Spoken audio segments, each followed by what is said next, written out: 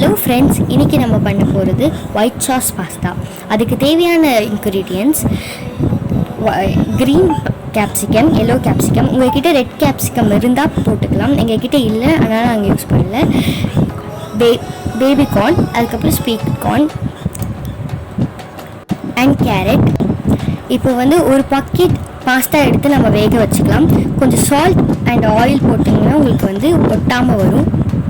இப்போ இந்த பாஸ்தா வேகிற டைமில் நம்ம ஒயிட் சாஸ் செஞ்சிடலாம். இப்போ பால் கொதிக்க வச்சுக்கலாம். பாலில் சின்ன வெங்காயத்தை எடுத்து லவங்கப்பூ அதில் சொருவி வச்சுட்டு அதில் அது உங்களுக்கு ஃப்ளேவர் நல்லா கொடுக்கும். ஒரு பேன் எடுத்துக்கிட்டு அதில் கொஞ்சம் தேவையான பட்டர் போட்டுட்டு, இப்போ 2 டப்பா பட்டர் எடுத்துக்கிறோம். நாங்கள் அதுக்கு தேவையான அளவுக்கு நாங்கள் 2 ஸ்பூன் மைதா ஆட் பண்ணிக்கிறோம். இதெல்லாம் மிக்ஸ் பண்ணிவிட்டு பேஸ்ட் ஆகிற அளவுக்கு வந்துட்டோன்னே, இப்போ நம்ம வெங்காயத்தில் ஊற வச்ச காய்ச்சின பாலை எடுத்து இதில் ஊற்றிடலாம். இதை நல்லா பேஸ்ட் ஆகிற அளவுக்கு மிக்ஸ் பண்ணிக்கிட்டே இருக்கலாம். இப்போ நம்மளுக்கு ஒயிட் சாஸும் ரெடி ஆகிடுச்சு. இதே டைமில் நம்மளுக்கு பாஸ்தாவும் ரெடி ஆகிடுச்சு. இதில் கொஞ்சம் ஆயில் விட்டு வெடிக்கட்டி எடுத்து ஓரமாக ஆற வச்சிடலாம். இப்போ பாஸ்தா வெடிக்கட்டின தண்ணியிலேயே நம்ம ஸ்வீட் கார்னையும் கேரட்டையும் வேக வச்சுக்கலாம். ஏன்னா அந்த தண்ணியை நம்ம அது ஆல்ரெடி நம்ம வாஷ் பண்ணி தான் பாஸ்தாவை போட்டிருக்கோம், அதனால் அதிலே வேக வச்சுக்கலாம். இப்போ இது வேகிற டைமில் நம்ம மற்ற காய்கறியை கட் பண்ணி வச்சுக்கலாம். இப்போ நம்ம பூண்டும் கட் பண்ணி வச்சுக்கலாம். கொஞ்சமாக எடுத்துக்கலாம்.